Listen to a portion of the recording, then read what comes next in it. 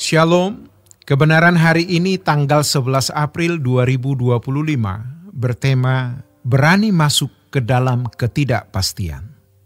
Ini kabar baik bahwa kita menjadi anak-anak Tuhan itu dipanggil untuk boleh memiliki pikiran Tuhan. Itu luar biasa. Tapi mengubah pikiran manusia menjadi pikiran Tuhan perlu waktu panjang. Murid-murid Tuhan Yesus pun pada mulanya ikut gelombang besar orang Yahudi yang duniawi yang mau mengangkat Yesus sebagai raja. Lalu mereka, Petrus khususnya, mau menahan Tuhan Yesus ke Yerusalem supaya jangan disalib. Padahal itu pikiran salah. Lalu mereka minta supaya menjadi hulu balang, jadi menteri-menteri kalau Tuhan Yesus jadi raja di bumi ini. Mereka tidak mengerti maksud Tuhan Yesus. Setelah bangkit dari kubur pun, murid-murid masih berkata, kapan Tuhan memulihkan kerajaan bagi Israel? Pikirannya masih berorientasi duniawi. Tetapi satu hal yang dimiliki oleh para murid yang harus kita contoh adalah mereka setia terus sampai terbuka pikirannya. 1 Korintus pasal 2 ayat 6-7, sungguh pun demikian, kami memberitakan hikmat di kalangan mereka yang telah matang, yaitu hikmat yang bukan dari dunia ini dan yang bukan dari penguasa-penguasa dunia ini, yaitu penguasa-penguasa yang akan ditiadakan.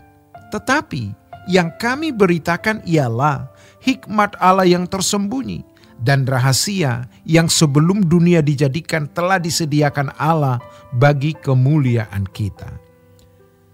Kata ini penting, kemuliaan kita. Apakah kita percaya bahwa ada kemuliaan yang Tuhan sediakan bagi kita? Percaya berarti berani masuk ke dalam ketidakpastian. Waktu Abraham disuruh keluar dari Ur Kasdim, dia tidak tahu negeri mana yang hendak dituju.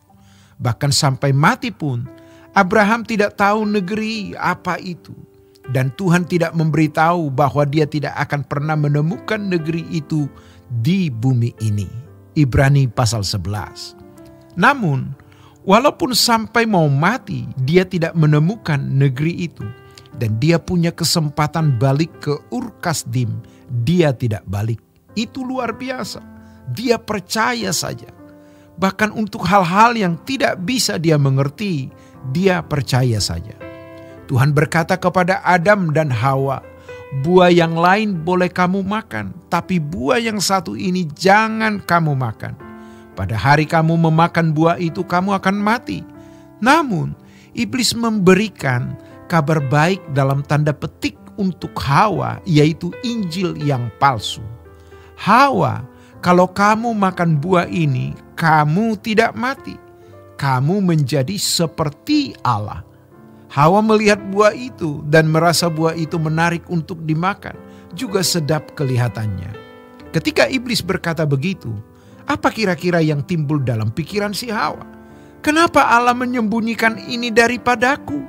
Mulai timbul kecurigaan kepada Tuhan, maka dia makan buah itu. Setan itu liciknya luar biasa. Dia tawarkan Injil yang palsu yang memberikan banyak kenyamanan. Sementara Injil yang benar menyuruh kita untuk masuk jalan sempit, meninggalkan bangunan pola berpikir dunia. Dan itu benar-benar susah. Tapi itu adalah jalan satu-satunya. Namun Tuhan itu baik. Dia bukan hanya baik, tapi sangat baik. Baiknya di mana? Dia beri kemuliaan untuk kita. Kalau kemuliaan disediakan, yang lain pasti disediakan asal kita hidup bertanggung jawab.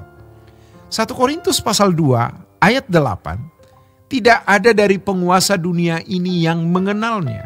Sebab kalau sekiranya mereka mengenalnya, mereka tidak menyalibkan Tuhan yang mulia.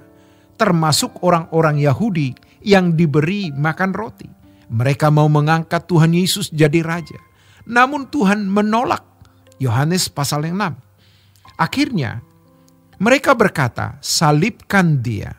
Di 1 Korintus pasal 2 ayat 9. Tetapi seperti ada tertulis, apa yang tidak pernah dilihat oleh mata dan tidak pernah didengar oleh telinga dan yang tidak pernah timbul di dalam hati manusia, semua yang disediakan Allah untuk mereka yang mengasihi Dia.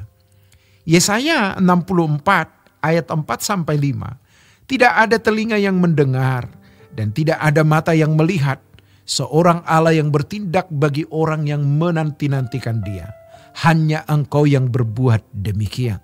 Engkau menyongsong mereka yang melakukan yang benar dan yang mengingat jalan yang Kau tunjukkan. Kita harus lebih mempercayai kekuatan kehendaknya dan kekuatan jalannya, bukan kekuatan kuasanya.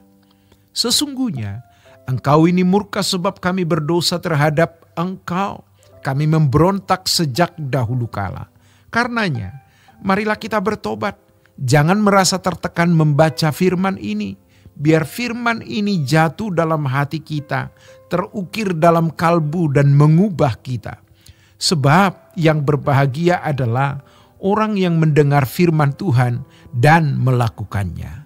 Demikianlah kebenaran hari ini. Tuhan Yesus memberkati. Sola Gracia.